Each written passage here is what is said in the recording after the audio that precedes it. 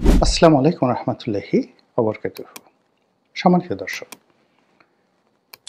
বেসরকারি টেলিভিশন যমুনা অর্থাৎ যমুনা টিভির একটি টক শো এর ভিডিও ক্লিপ এখন রীতিমতো বাংলাদেশে ভাইরাল হয়ে পড়েছে এবং এই ভিডিও ক্লিপের সূত্রে অনুষ্ঠানের উপস্থাপিকা আঞ্জুমান নিকোল, তাকে নিয়ে তুমুল আলোচনা হচ্ছে।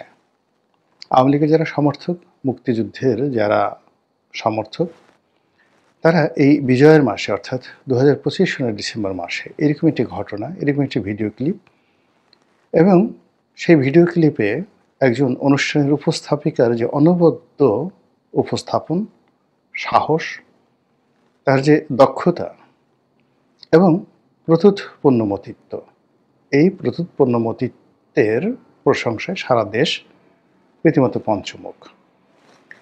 অন্যদিকে যারা স্বাধীনতা বিরোধী শক্তি, চক্র, রাজাকার, আলবদর আর শামস, তাদের কাছে এখন এই ভদ্রমহিলা বা এই যে আঞ্জুমান নিকোল, তিনি রীতিমতো একজন মূর্তিমান আতঙ্কের নাম।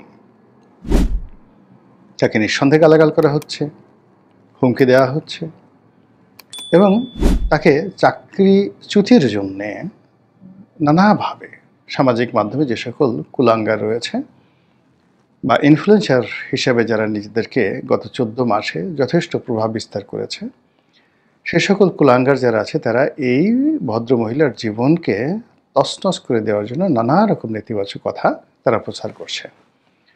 তার সঙ্গে উপস্থাপক হিসেবে অন্যান্য যারা আওয়ামী লীগের নেতৃবৃন্দ, তাদের কেমন সম্পর্ক ছিল, আওয়ামী লীগ জমানাতে তিনি কী কী উপস্থাপন করেছেন, কোন কোন নেতার সাথে কত বিনয় হয়ে তিনি কথা বলেছেন, সেই বিষয়গুলো এখন সামনে আনার চেষ্টা করা হচ্ছে।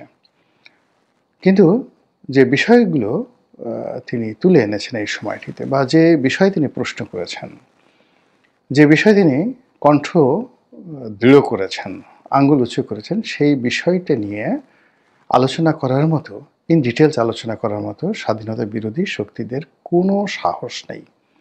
ফলে কী হলো, দেশের বেশিরভাগ মানুষ, বিশেষ করে সংবাদপত্র জগতের যারা মানুষ রয়েছেন, তাদের নিকট আঞ্জুমান নিকোল এখন বলতে গেলে লেডি উইথ দ্য ল্যাম্পে পরিণত হয়েছেন, বা জোয়ান অফ আর্কে তিনি পরিণত হয়েছেন, সাহসের বিমূর্ত প্রতীক হিসেবে। ঘটনা কি? ঘটনা হলো, অনুষ্ঠানে কথা বলতে বলতে জামাতের একজন বক্তা, জামাতের কর্মী, তিনি বঙ্গবন্ধুকে বিশ্বাসঘাতক হিসেবে অভিহিত করার চেষ্টা করলেন। আপনারা জানেন যে মহান মুক্তিযুদ্ধের সময়ে কতগুলো ঘটনা, তার মধ্যে বঙ্গবন্ধু গ্রেপ্তার যেটা হলেন 25শে মার্চ তারিখে, এটাকে স্বাধীনতা বিরোধীরা মনে করেন যে বঙ্গবন্ধু তাদেরই মতো আত্মসমর্পণ করেছিল বা পাকিস্তান প্রীতিতে বিমুগ্ধ হয়ে তিনি পাকিস্তানে চলে গিয়েছিলেন, অথবা তিনি জুলফিকার আলী ভুট্টো, ইয়াহিয়া খান, টিক্কা খান, তাদের সঙ্গে তিনি একটি সম্পর্ক বা আতাত করে পুরো জাতিকে একটা যাকে বলা হয় যুদ্ধের মুখে ঠেলে দিয়ে, রাজাকার, আলবদর আর শামস, তাদের যাকে বলা হয় আক্রমণের মুখে ফেলে দিয়ে তিনি চলে গেছেন। কাজে তিনি জাতীয় বীর হতে পারেন না, তিনি জাতির সঙ্গে বেইমানি করেছেন, মুনাফিকি করেছেন, এই ধরনের কথাবার্তা কিন্তু আড়ালে আবডালে তারা বলে আসছিল এবং তাদের বিভিন্ন বই পুস্তকে তারা এইভাবেই বিষয়গুলিকে উপস্থাপন করে আসছিল। কিন্তু এই গত 14 মাসে আমাদের রাষ্ট্রে স্বাধীনতা বিরোধীদের যে দাপট, তারপরে প্রো লিবারেশন ফোর্স যেভাবে আমাদের রাজনীতি থেকে এই মুহূর্তে দূরে আছে, আর অ্যান্টি লিবারেশন ফোর্স যেভাবে শক্তিমত্তা দেখাচ্ছে, তাতে করে আসলে বঙ্গবন্ধুকে গালি দেওয়া এখন একটা ডাল ভাতের বিষয়। যেখানে বঙ্গবন্ধুর নামকে উচ্চারণ করতে ভয় পাচ্ছে, যেখানে বঙ্গবন্ধুর যে সকল ভাস্কর্য রয়েছে ভেঙে চুরে চুরমার করে দেওয়া হচ্ছে, যেখানে সে সকল ভাস্কর্যের যে বঙ্গবন্ধুর মাথার অংশ, যেটাকে খুলি বলা হয়, সেটিকে ভেঙে সেই খুলির মধ্যে মনুষ্য বিষ্ঠা দিয়ে তারপর সেই খুলি ফেলে দিয়ে পৈশাচিক নৃত্য করা হচ্ছে, সেই বাংলায় একজন আঞ্জুমান নিকোল যখন বলেন এই বিজয়ের মাসে বঙ্গবন্ধুকে নিয়ে আপনি যে বক্তব্য দিলেন, তাকে বিশ্বাসঘাতক বললেন, আমি এই মঞ্চে দাঁড়িয়ে আমার যে নোট অফ ডিসেন্ট, আমার যে প্রতিবাদ, সেটা আমি জানিয়ে রাখলাম। It's a history. আপনি এটা যে সাহস, এটা যে শক্তি, এর যে দৃঢ়তা, এর যে আগুন, এটা কল্পনা করা যায় না। যারা ওই দৃশ্য দেখেছেন, মনে হচ্ছিল যে ৭১-এর রণসঙ্গীত বাজছিল। আঞ্জুমান নিকোল যখন এই কথা বলছিলেন, তখন মনে হচ্ছিল যে ৭১-এর যে রণসঙ্গীত, সেটা বাজছিল। ২ নম্বর হলো যে মুক্তিবাহিনীর যে অস্ত্রগুলো, সেগুলো গর্জন করে উঠছিল। গ্রেনেড, বোমা, রাইফেল, এসএলআর থেকে শুরু করে যত রকম অস্ত্র মুক্তিযোদ্ধাদের হাতে ছিল, সেইগুলো ঠাস ঠাস ঠাস ঠাস করে ফুটে যেভাবে হানাদারদের বুক ঝাঁঝরা করে দিত ১৯৭১ সনে নিকোলের সেই কথাগুলো এতটা দুর্বার গতি নিয়ে, দুর্নির্বার গতি নিয়ে স্বাধীনতা বিরোধীদের পাঁজরকে ছিন্ন বিচ্ছিন্ন করে দিচ্ছিল। এবং এখনও সামাজিক মাধ্যমে সেটা যেভাবে ট্রেন্ডিং হচ্ছে, প্রতিটা মুহূর্তে রাজাকার আলবদর আশামস থেকে শুরু করে স্বাধীনতা বিরোধীদের ঘুম হারাম করে দিয়েছে। তো এই হলো নিকোলের ঘটনা। আমি আর এই বিষয় নিয়ে ইন ডিটেলস বলবো না। আমি শুধুমাত্র যে কথাটা বলতে চাই যে এরকম নিকোল হঠাৎ করে তৈরি হচ্ছে কেন? যে আমতারেক একটা সময় ৩২ নম্বর ভাঙার কাজে নিজেকে নিয়োজিত করেছিল, সে কেন এখন মুক্তিযুদ্ধের পক্ষে কথা বলছে? কিংবা হঠাৎ করে ১৮০ ডিগ্রি অ্যাঙ্গেলে গিয়ে বিএনপির যিনি ভারপ্রাপ্ত চেয়ারম্যান আছেন, জনাব তারেক রহমান, তিনি কেন এই মুহূর্তে স্বাধীনতা বিরোধীর বিরুদ্ধে তার কণ্ঠকে বুলান্ত করে ফেলেছেন? এর কারণ হলো বঙ্গবন্ধু, স্বাধীনতা আন্দোলন, মহান মুক্তিযুদ্ধ। বিশ্বাস করেন, এদেশের মাটির প্রতিটি কণায় এটি বপিত অবস্থায় আছে। এই মাটি থেকে যে গাছ জন্ম নেয়, সেই গাছে যে দোল দেয়, বাতাস আন্দোলিত করে, সে বাতাসের মধ্যে মুক্তিযুদ্ধের সুঘ্রাণ ছড়িয়ে পড়ে। সে বাতাসের মধ্যে মুক্তিযুদ্ধের গান আন্দোলিত হয়। এদেশের সেই যে পাখপাখালি, প্রকৃতির যে পাখপাখালি, সেই পাখপাখালির যে কণ্ঠে যে ছন্দ থাকে, সে ছন্দের মধ্যে মুক্তিযুদ্ধ থাকে, বঙ্গবন্ধু থাকে, জয় বাংলা থাকে। আপনি এগুলো কখনোই অ্যাভয়েড করতে পারবেন না। এটাই প্রকৃতির নিয়ম, এটাই প্রকৃতি তৈরি করে দেয়। যে মানুষটি তার জীবনের ১৭টি বছর, তিনি খুব স্বল্প জীবন পেয়েছিলেন। ১৯২০ সালে তার জন্ম, ১৯৭৫ সনে তিনি মারা গেছেন, মাত্র ৫৫টি বছর। তো এই ৫৫টি বছরের মধ্যে যদি ১৭টি বছর একজন মানুষ শুধুমাত্র দেশের জন্য, রাজনীতির জন্য তিনি যদি জেল খাটেন, এবং সেই জেল খাটার কতগুলো ধাপ আছে। সেই জেল খাটা তার শুরু হয়েছিল স্কুল জীবনে, যখন তিনি দেখলেন তার বন্ধুদের সঙ্গে পুলিশ অন্যায় করছে, অবিচার করেছে, কেউ তো দাঁড়ালো না। বঙ্গবন্ধু দাঁড়িয়ে গেলেন, অন্যায় হচ্ছে, কিশোর, তাকে গ্রেপ্তার করা হলো। তিনি ঢাকা বিশ্ববিদ্যালয়ে পড়ছেন, ছাত্র। আমরা তো সবাই ঢাকা বিশ্ববিদ্যালয়ে পড়েছি, শুধু খেয়েছি আর হেগেছি। কিন্তু তিনি ঢাকা বিশ্ববিদ্যালয়ে পড়াকালীন অবস্থায় ওই যে বিভিন্ন হলের কিংবা রেজিস্টার বিল্ডিংয়ের, কলা ভবনের, সায়েন্স অ্যানেক্স বিল্ডিংয়ের যে সকল তৃতীয় এবং চতুর্থ শ্রেণীর কর্মচারী মানবেতর জীবনযাপন করছিলেন, তারা হঠাৎ করে আন্দোলনে নামলেন। সেই আন্দোলনে নেতৃত্ব দিলেন বঙ্গবন্ধু শেখ মুজিবুর রহমান, এবং সেই কারণে তিনি জেলে গেলেন। এবং ৫২ ভাষা আন্দোলনের সময় তিনি এই কারণে জেলে ছিলেন।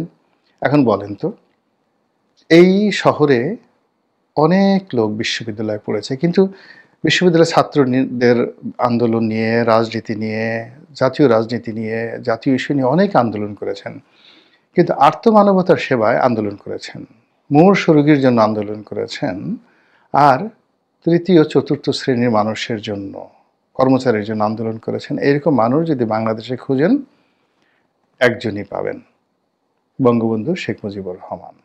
ফলে ওই বিশ্ববিদ্যালয়ের ক্যাম্পাসের কোন জায়গাতে আপনি তার নাম মুছে দেবেন? ওই বিশ্ববিদ্যালয় ক্যাম্পাসের প্রতিটি লতা পাতা যতদিন ওই বিশ্ববিদ্যালয়ে থাকবে, ওখানে যতদিন তৃতীয় এবং চতুর্থ শ্রেণীর কর্মচারী থাকবে, তাদের ভালোবাসা, প্রেম, প্রার্থনা, এই প্রার্থনা অটোমেটিক স্বয়ংক্রিয়ভাবে ইথারের মাধ্যমে আঞ্জুমান নিকোলদের মতো মেয়েদের কণ্ঠে, গোলাম মোল্লা রনিদের মতো ছেলেদের কণ্ঠে এগুলো গান হয়ে বের হবে। এটা আপনি বন্ধ করতে পারবেন না। তারপর কি হলো? তিনি, আপনি বোঝার চেষ্টা করেন, এখন ডক্টর মোহাম্মদ ইউনূসের ভয়ে সকালে কত মানুষ হার্ট ফেল করছে, বিকেলবেলা থরথর করে কাঁপছে। আর তিনি সারাটি জীবন ইস্কান্দার মির্জার সঙ্গে তিনি লড়াই করেছেন, মোহাম্মদ আলীর সঙ্গে, লিয়াকত আলীর সঙ্গে লড়াই করেছেন, হোসেন সৈয়দ সরওয়ার্দির সঙ্গে লড়াই করেছেন, খাজা নাজিমুদ্দিনের সাথে লড়াই করেছেন।